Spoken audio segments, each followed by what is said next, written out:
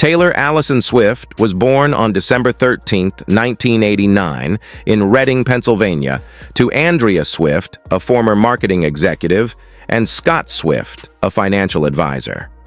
Raised on a Christmas tree farm in nearby Wyoming, Taylor grew up in a home full of warmth, music, and encouragement.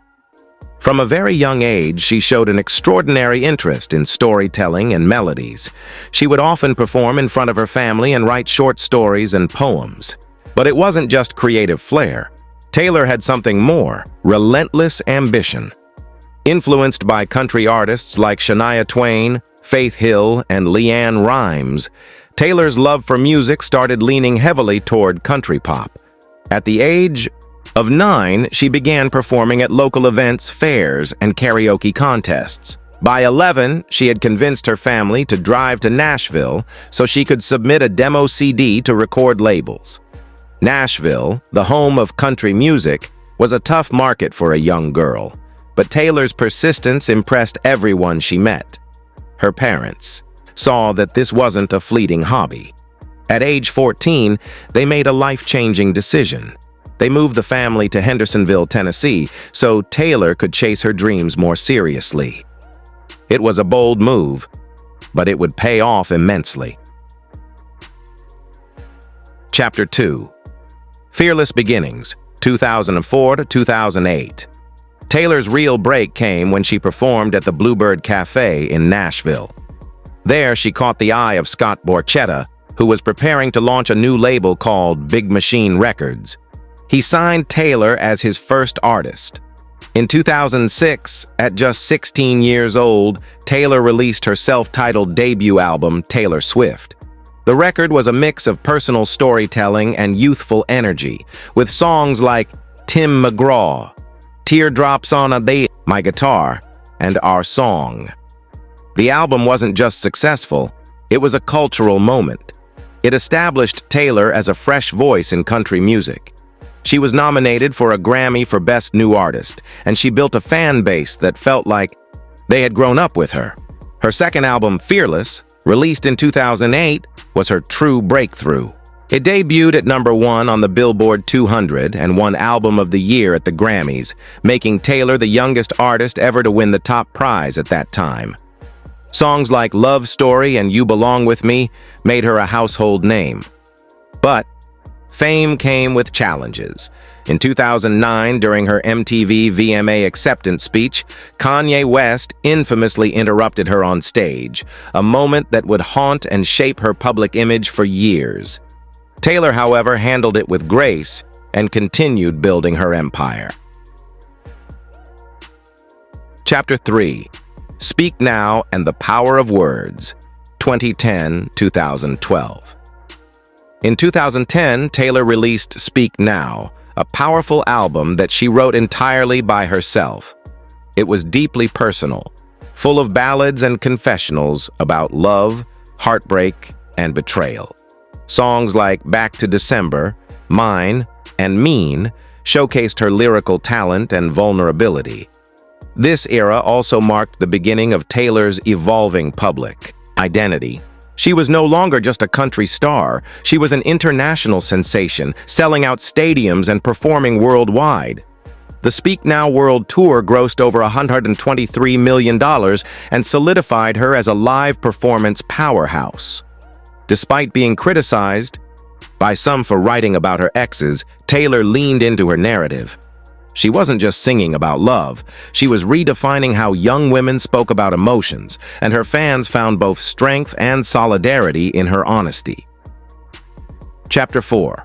Red, Reinvention, and Real Emotion, 2012-2014. With Red in 2012, Taylor began to experiment more with pop and rock sounds. The album was a bridge between her country roots and her pop future. We Are Never Ever Getting Back Together, I Knew You Were Trouble, and All Too Well became anthems. The latter would go on to become a cult classic, later revived.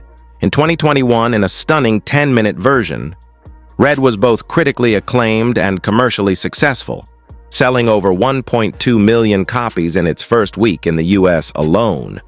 However, it lost the Grammy for Album of the Year. a moment Taylor later said inspired her to dig deeper creatively. This period also saw growing media intrusion into her personal life, especially her relationships.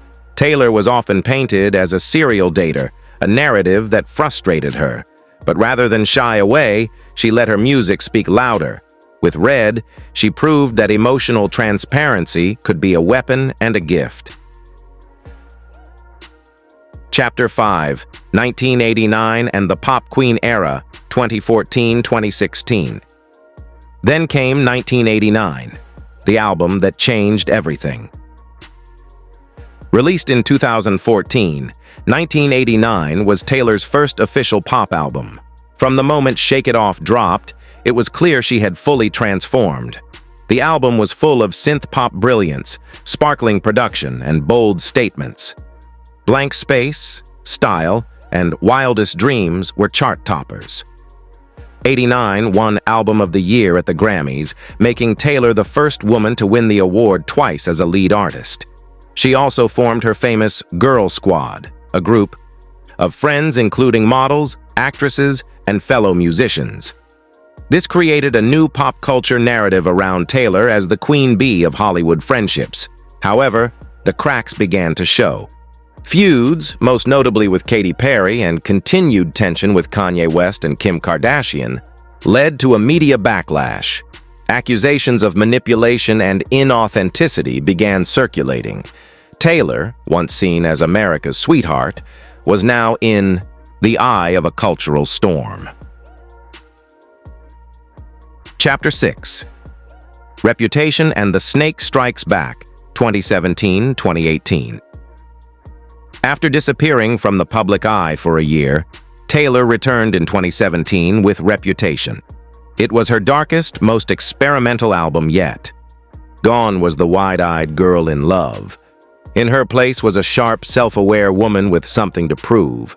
Songs like Look What You Made Me Do, Ready for It, and Delicate revealed a layered artist reclaiming her story. She embraced the media's snake symbol and turned it into a weapon of empowerment. The Reputation Stadium Tour became one of the highest-grossing tours of all time, proving that even with a controversial image, Taylor's fan base remained devoted.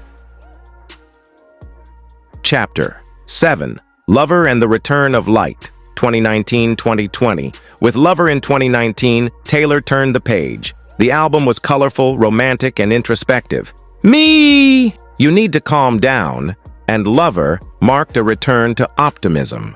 It was also her first album released under her new deal with Republic Records and Universal Music Group, marking a major shift in creative control. Around this time, Taylor entered a fierce public battle with Scooter Braun over the ownership of her masters, highlighting issues of artist rights in the music industry.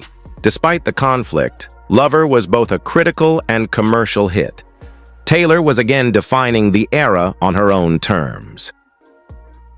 Chapter 8, Folklore, Evermore, and Pandemic Reinvention, 2020-2021. When the world shut down during the COVID-19 pandemic, Taylor surprised fans by releasing Folklore in July 2020, an indie folk departure from her previous sound.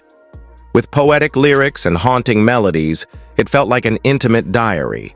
Folklore won Album of the Year at the Grammys, making Taylor the first woman to win the award 3 times. Just months later, she dropped Evermore, a sister album that continued the moody, reflective tone. These albums showcased her storytelling maturity and ability to innovate without compromising her voice. Chapter 9, The Taylor's Version Era and Owning Her Legacy, 2021-2023. Determined to reclaim her master recordings, Taylor began releasing re-recorded versions of her early albums as Taylor's Version. Fearless, Taylor's Version, and Red, Taylor's Version, arrived with bonus tracks from the vault that thrilled fans. The 10-minute version of All Too Well, accompanied by a short film starring Sadie Sink and Dylan O'Brien, went viral and charted at #1, a rare feat for such a long song. Taylor wasn't just revisiting her past, she was rewriting it on her terms. setting a new industry standard for artists' rights and creative ownership. Chapter 10. The Eras Tour and Global Domination, 2023-2024. In 2023, Taylor launched the Eras Tour, an ambitious stadium tour that celebrated every phase of her career.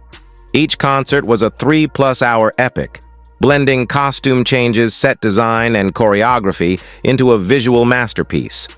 The tour became a global phenomenon, selling out shows worldwide and breaking box office records. Fans camped out for days. Cities were renamed in her honor, and even as celebrities packed into her concerts, Taylor's real focus was always her audience. The accompanying concert film, Taylor Swift, the Eras Tour, dominated the box office, grossing over $250 million worldwide, another historic feat. Chapter 11. Personal life, philanthropy, and cultural impact beyond music. Taylor has used her voice for causes close to her heart. She's advocated for LGBTQ+ rights, education reform, women's empowerment, and artist compensation in the streaming era. Her political voice became more prominent in recent years, especially with the documentary Miss Americana. In her personal life, Taylor has been in high-profile relationships but became increasingly private. Her relationship with actor Joe Alwyn lasted several years, followed by a brief rumored romance with Matty Healy, and then NFL star Travis Kelce, which merged pop and sports fandoms in 2023. Taylor has donated millions to causes including